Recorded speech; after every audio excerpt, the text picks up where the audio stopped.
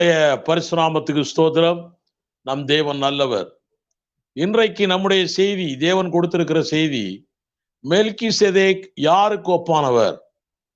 மெல்கிசேதேக்கை பற்றி ஆதியாகமத்திலே 14ஆம் அதிகாரம் 18 முதல் 20 வசனம், 3 வசனங்கள். இந்த 3 வசனத்திலே மெல்கிசேதேக்கை பற்றி சொல்லப்பட்டிருக்கிறது. அவன் அப்பமும் ரசமும் ஆபிரகாமுக்கு கொடுத்தான் என்று சொல்லப்பட்டிருக்கிறது. ஆபிரகாம் அவனுக்கு தசமபாகம் கொடுத்தான் என்று சொல்லப்பட்டிருக்கிறது.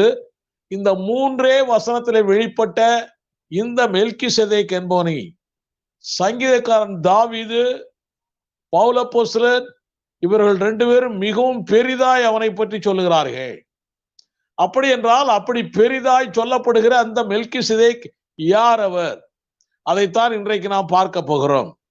இந்த மெல்கிசேதேக் யார் அவர் என்பதை பற்றி நாம் தெரிய வேண்டும் என்றால், இவர் சாலேமின் ராஜா, உன்னதமானவரின் ஆசாரியன்.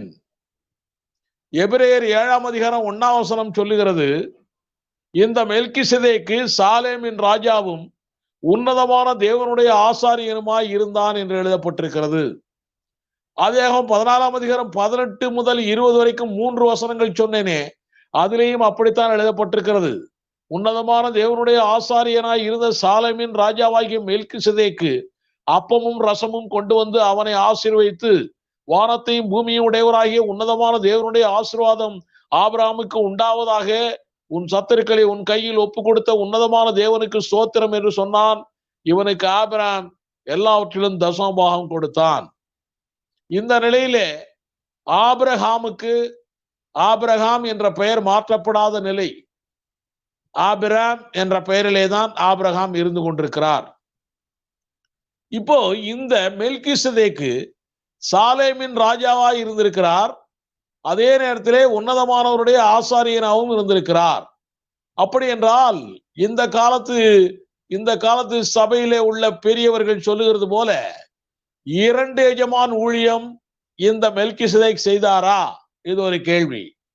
அவர் ஆசாரியனாய் தேவனுக்கு ஊழியம் செய்து கொண்டிருக்கிறவன், ஒரு ராஜாவாகவும் இருந்திருக்கிறாரே. அப்படி என்றால் உலக வேலையும் பார்த்து கொண்டு ஊழியமும் பார்க்கலாமா?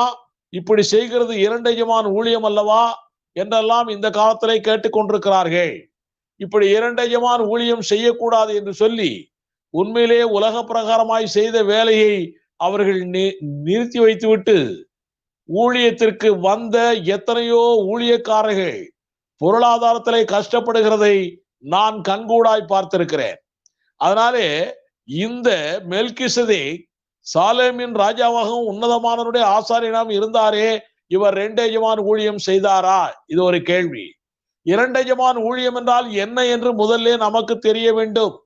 மத்தேயு 6ஆம் அதிகாரம் 24ஆம் வசனம், லூக்கா 16ஆம் அதிகாரம் 13ஆம் வசனம், யாக்கோபு 4ஆம் அதிகாரம் 4ஆம் வசனம், இப்படி பல வசனங்களிலே சொல்லப்பட்டிருக்கிறது.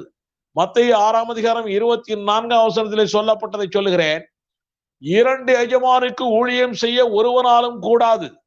ஒருவனை பகைத்து மற்றவனை சிநேகிப்பான், அல்லது ஒருவனை பற்றி கொண்டு மற்றவனை அசட்டை பண்ணுவான். தேவனுக்கும் உலக பொருளுக்கும் ஊழியம் செய்ய உங்களால் கூடாது. ஆக இங்கே 2 எஜமான். ஒன்று உலக சிநேகம், அது ஒரு எஜமான். இன்னொன்று தேவ சிநேகம், அது ஒரு எஜமான். இந்த 2 எஜமானுக்கும் ஊழியம் செய்யக்கூடாது என்று சொல்லப்பட்டிருக்கிறது. இது மலைப்பிரசங்கத்திலே இயேசு கிறிஸ்து சொன்னது. இது ஊழியக்காரர்களுக்கு மாத்திரம் அல்ல, இது விசுவாசிகளுக்கும் தான்.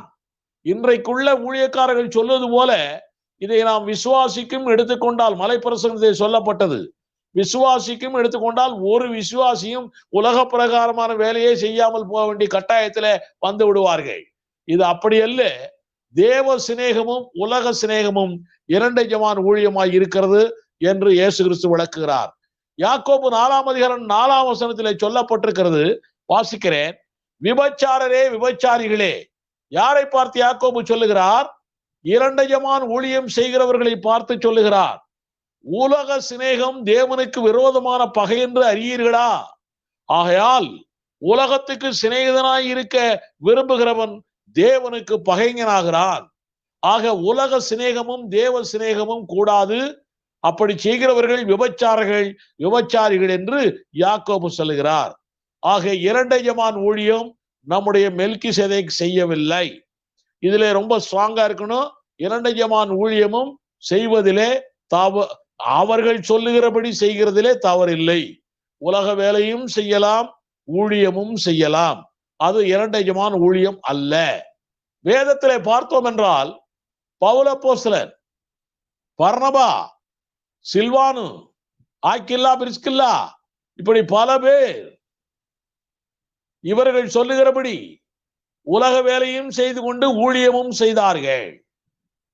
1 கொரிந்தியர் 9:6 உள்ளதை நான் வாசிக்கிறேன். கைத்தொழில் செய்யாதிருக்கிறதற்கு எனக்கும் பர்னபாவுக்கும் மாத்திரம்தானா அதிகாரம் இல்லை? கைத்தொழில் நாங்கள் செய்யாமல் இருப்பதற்கு எங்களுக்கு மாத்திரமா அதிகாரம் இல்லை? எல்லாருக்கும் அதிகாரம் இருக்கிறது, செய்யாமலும் இருக்கலாம். ஆனால் நாங்கள் செய்து கொண்டு ஊழியமும் செய்கிறோம் என்று பவுல் எழுதுகிறார். அது மாத்திரமல்ல, 1 தெசலோனிக்கேயர் 2:9, 2 தெசலோனிக்கேயர் 3:8-9 அப்போஸ்தலர் 20:34, 1 கொரிந்தியர் 4:12, இப்படி பல வசனங்களை வாசித்து அறியலாம். இப்படிப்பட்ட மெல்கிசேதேக்கை பற்றி ஒரு சில விவரங்களை நாம் தெரிந்து கொள்ள வேண்டிய கட்டாயத்தில் இருக்கிறோம். இந்த மெல்கிசேதேக் யாருக்கு ஒப்பானவர் என்று வேதம் சொல்லுகிறது? 1, தேவகுமாரனுக்கு ஒப்பானவராய் இருக்கிறார் இவர். எபிரேயர் 7:3 அப்படித்தான் சொல்லுகிறது. வாசிக்கிறேன். இவன் தகப்பனும் தாயும் வம்ச வரலாறும் இல்லாதவன், இவன் நாட்களின் துவக்கமும் ஜீவனின் முடிவும் உடையவனாயிராமல் தேவனுடைய குமாரனுக்கு ஒப்பானவனாய் என்றென்றைக்கும் ஆசாரியனாக நிலைத்திருக்கிறான். தேவனுடைய குமாரனுக்கு ஒப்பானவனாய் என்றென்றைக்கும் ஆசாரியனாக நிலைத்திருக்கிறான். ஆக இவர் தேவகுமாரனுக்கு ஒப்பாய் இருக்கிறார். அது மாத்திரமல்ல, எபிரேயர் 5:6, 10, எபிரேயர் 6:20 இப்படிப்பட்ட வசனங்களையும் படித்து தெரிந்து கொள்ளலாம். பிதாவாகிய தேவன் தீர்க்க தரிசனமாய் சொல்லி இருக்கிறார். சங்கீதம் 110:4 பிதாவாகிய தேவன் தீர்க்க தரிசனமாய் நம்முடைய ஆண்டவராகிய இயேசு கிறிஸ்து கிட்டே சொல்லி இருக்கிறார். சங்கீதம் 110:4 வாசிக்கிறேன், கேளுங்கள். நீர் மெல்கிசேதேக்கின் முறைமையின்படி என்றென்றைக்கும் ஆசாரியராய் இருக்கிறீர் என்று கர்த்தர் ஆணையிட்டார், மனம் மாறாமலும் இருப்பார். ஆக இந்த தீர்க்க தரிசன வார்த்தைக்கு உடந்தையானவர் தான் இந்த நம்முடைய தேவகுமாரனாகிய இயேசு கிறிஸ்து. எபிரேயர் 7:20 சொல்லப்பட்டிருக்கிறது. எபிரேயர் 5:10, 11 சொல்லப்பட்டிருக்கிறது. அந்த தேவகுமாரன் தான் இயேசு என்ற பெயரிலே இந்த பூமிக்கு வந்து மரித்து உயிர்த்து ஆசாரியனாய் மெல்கிசேதேக்குடைய முறைமையின்படியான ஆசாரியனாய் மாறி இருக்கிறார். எபிரேயர் 7:17 வாசிக்கிறேன், கேளுங்கள்.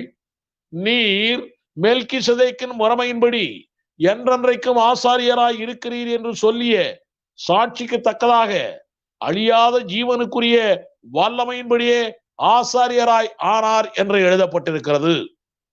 ஆக இவர் தேவகுமாரனுக்கு ஒப்பானவர் இந்த மெல்கிசேதேக். இரண்டாவது காரியம், இவர் தகப்பனும் தாயும் வம்ச வரலாறும் இல்லை. ஏற்கனவே நான் வாசித்த வசனத்திலே அப்படித்தான் இருக்கிறது. இவன் தகப்பனும் தாயும் வம்ச வரலாறும் இல்லாதவன் என்று எழுதப்பட்டிருக்கிறது. அப்படி என்றால் அர்த்தம் என்ன? அப்பா அம்மா இல்லாம வானத்திலிருந்தே குதித்து வந்து விட்டாரா? அப்படி அல்ல, வானத்திலிருந்தே குதித்து வரல. அப்பா அம்மா இல்லை, அப்பா அம்மாவுடைய வம்ச வரலாறு இல்லை என்றால் ரிக்கார்டு இல்லை, நோ ரிக்கார்டு இல்லை. இந்த காலத்துல கார்பரேஷன்ல முனிசிபாலிட்டி எல்லாம் போய் பிறந்த உடனே பிறப்பு காரியங்களை எல்லாம் குறித்து வைக்கிறது, அல்லது அப்பா அம்மா இவங்களை பற்றி எல்லாம் குறித்து வைக்கிற குறிப்புகள் எல்லாம் அப்பொழுது இல்லை. அந்த காலத்துல பிறப்பு சான்றிதழ் பண்ணக்கூடிய காரியங்கள் எல்லாம், சென்சஸ் காரியங்கள் எல்லாம் இயேசு கிறிஸ்து கன்னியினுடைய வயிற்றிலே இருக்கும் போதுதான் அகஸ்து ராயனுடைய காலத்திலே ரோம சர்க்காரால் முதலிலே சரித்திரத்திலே கொண்டு வரப்பட்டிருக்கிறது. அதற்கு முன்னாலே எல்லாம் அப்படியெல்லாம் கணக்கு வைக்கிறது எந்த அரசாட்சியிலும் எந்த ராஜாவும் அப்படி பண்ணியதாய் சரித்திரம் இல்லை. அதனாலே இவரை பற்றி, இவர் எந்த அப்பாவுக்கு அம்மாவுக்கு பிறந்தார் என்பதை பற்றியெல்லாம் வரலாறு வேதத்திலே சொல்லப்படவில்லை. இதைத்தான் பவுல் அப்போஸ்தலன் எழுதுகிறான். இவன் வானத்திலிருந்து குதித்தவன் அல்ல. இதே போல நம்முடைய தேவகுமாரன் இருக்கிறாரே, இவருக்கும் தாயும் இல்லை தந்தையும் இல்லை. நம்முடைய தேவகுமாரனுக்கும் தாயும் இல்லை தந்தையும் இல்லை. இது ரொம்ப ஆச்சரியமா இருக்கும் உங்களுக்கு. யோவான் 1ஆம் அதிகாரம் 1, 2, 3 வசனங்களை வாசிக்கிறேன், கேளுங்கள். ஆதியிலே வார்த்தை இருந்தது, வார்த்தை இருந்தது. அது ஒரு பெர்சனா இல்லை, அது அக்ரிணியிலே எழுதப்பட்டிருக்கிறது. அது ஒரு பெர்சனாலிட்டியா இல்லை, அக்ரிணியிலே எழுதப்பட்டிருக்கிறது. ஆதியிலே வார்த்தை இருந்தது, அந்த வார்த்தை தேவனிடத்தில் இருந்தது. பெர்சனா இல்லை, ஆள் தத்துவத்திலே இல்லை, பெர்சனாலிட்டியா இல்லை, அக்ரிணியிலே போடப்பட்டிருக்கிறது. அந்த வார்த்தை தேவனிடத்தில் இருந்தது, அந்த வார்த்தை தேவனாய் இருந்தது. அடுத்த வசனத்துல அவர் ஆதியிலே தேவனோடு இருந்தார். அக்ரிணியிலே சொல்லப்பட்டது, இப்ப அவர் என்று உயர்திணையிலே சொல்லப்பட்டிருக்கிறது. அப்படி என்றால் வார்த்தையாய் இருந்தது, தேவனுடைய வார்த்தையாய் இருந்தது, தேவனோடு இருந்தது. அங்கேயே பரலோகத்திலேயே தேவகுமாரனாய் மாறி இருக்கிறது, ஒரு பெர்சனாலிட்டியாய் மாறி இருக்கிறது, ஒரு பெர்சனாய் மாறி இருக்கிறார். அதனால் தான் யோவான் 1ஆம் அதிகாரம் 2ஆம் வசனத்துல ஆதியிலே தேவனோடு இருந்தார் என்று உயர்திணையிலே சொல்லப்பட்டிருக்கிறது. 3ஆம் வசனத்திலே இன்னும் கொஞ்சம் விளக்கமாய் இருக்கிறது. உலகமும் அவர் மூலமாய் உண்டாயிற்று. ஆக உலகம், அண்ட சராசரங்கள் இவைகளெல்லாம் உண்டாகிறதுக்கு முன்னாலேயே இந்த காரியங்கள் இருந்திருக்கிறது.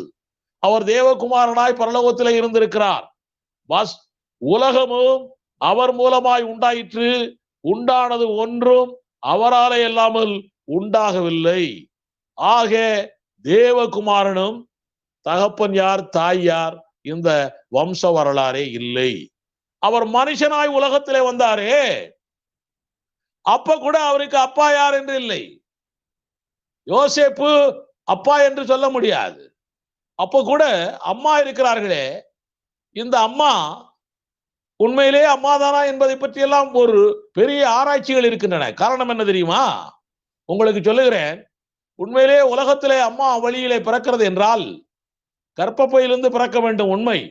ஆனால் அதற்கு முன்னாலே ஆணுடைய அப்பாவுடைய விந்து வந்து அம்மாவுடைய சினை முட்டையை உடைத்து அதுக்குள்ளே போய் அதிலிருந்தே கரு வந்து உருவாகி உருவம் உருவாக வேண்டும்.